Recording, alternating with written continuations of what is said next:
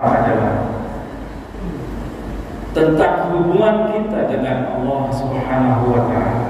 Setelah sebulan penuh kita dilatih untuk mendekatkan diri kita kepada Allah Subhanahu wa Ta'ala dengan ibadah puasa kita, dengan sholat tarawih kita, dengan tadarus kita, dengan kajian-kajian ilmu kita, dengan sholat malam dan zikir-zikir yang dengan pengendalian diri kita yang begitu ketat kita lakukan.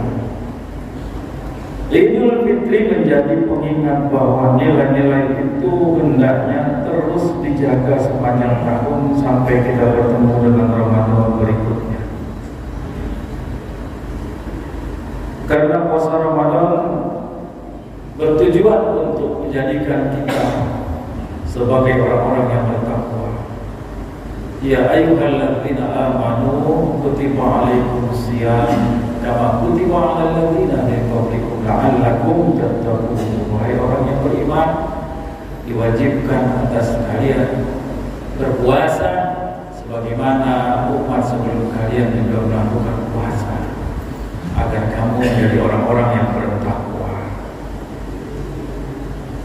Jadi Idul Fitri atau ayat ini menegaskan bahwa tujuan utama puasa Ramadan adalah untuk membentuk diri kita menjadi sosok-sosok yang bertakwa kepada Allah Subhanahu wa Ta'ala. Idul Fitri seharusnya menjadi refleksi apakah setelah Ramadan kita benar-benar menjadi pribadi-pribadi yang bertakwa atau sebaliknya. Itulah refleksi yang pertama. Yang kedua adalah bagaimana hubungan kita dengan manusia, dengan sesama kita dalam hablu minan nas. Idul Fitri adalah waktu yang terbaik untuk memaafkan, saling memaafkan, saling bersilaturahim, saling menjalin kembali hubungan-hubungan kita. Hubungan yang terputus kita sambungkan kembali. Hubungan yang jauh kita dekatkan kembali dengan kerabat kita, dengan keluarga kita, dengan para sahabat kita, dengan masyarakat. Kenapa? Karena hal ini mengajarkan kita bahwa kedamaian batin bukanlah hanya terjalinnya hubungan kita dengan Allah Subhanahu wa Ta'ala, tetapi juga terjalinnya kedamaian antara kita sesama muslim, terutamanya innamal mu'minuna ikhwatun wa aslihu baina akhawaykum wattaqullaha la'allakum turhamun.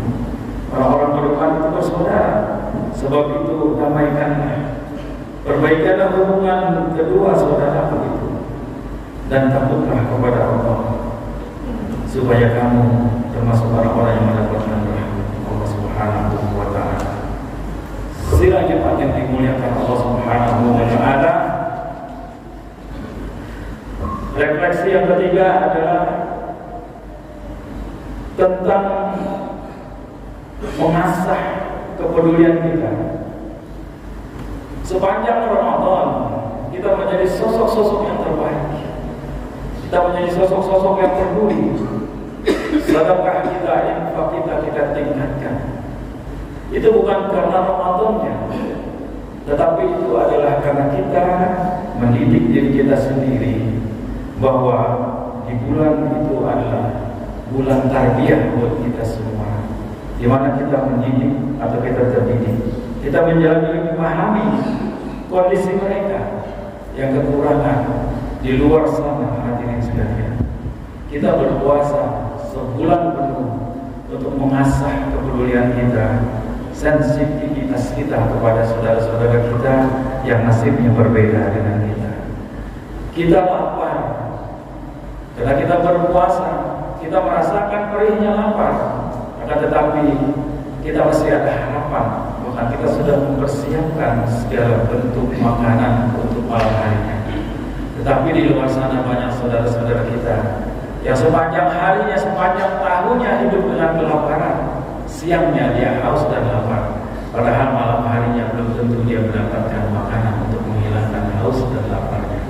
Disitulah hadirin sekalian puasa mendidik kita agar kita lebih sensitif, agar kita lebih peduli kepada sesama manusia, kepada saudara-saudara kita. Abghuni arzuqaka saudara kita. Maka carilah keredoanku dengan berbuat baik kepada orang-orang yang lemah. Innama turzaquna wa tursaruna bi du'afaikum. Karena sesungguhnya engkau diberikan rezeki, diberikan keluasan rezeki, diberikan pertolongan Allah Subhanahu wa taala dengan wasilah orang-orang yang du'afa di antara kalian. Itulah yang keempat. Mari kita lihat apakah kita mampu setelah kita menjalankan sebulan penuh, kita menjadi muslim-muslim yang bertakwa, muslim-muslim yang hebat, muslim-muslim yang senantiasa menjalankan ibadahnya baik langsung kepada Allah Subhanahu wa taala dalam rangka hablum minallah, dan juga kita meningkatkan berkali-kali kepedulian kita kepada sesama manusia. Maka hadirin sekalian, Ramadan itu adalah melatih kita untuk disiplin. Baik kita sebagai masyarakat, secara pribadi kita disiplin untuk senantiasa menjalankan ibadah-ibadah itu tepat waktu. Disiplin sebagai masyarakat, di mana kita menjalankan satu keadilan di tengah-tengah masyarakat kita. Kita berbagi. Apakah selanjutnya setelah Idul Fitri ini kita bisa melanjutkan kebaikan-kebaikan itu? Maka marilah kita koreksi diri kita sendiri, kita bermuhasabah, dan bulan Syawal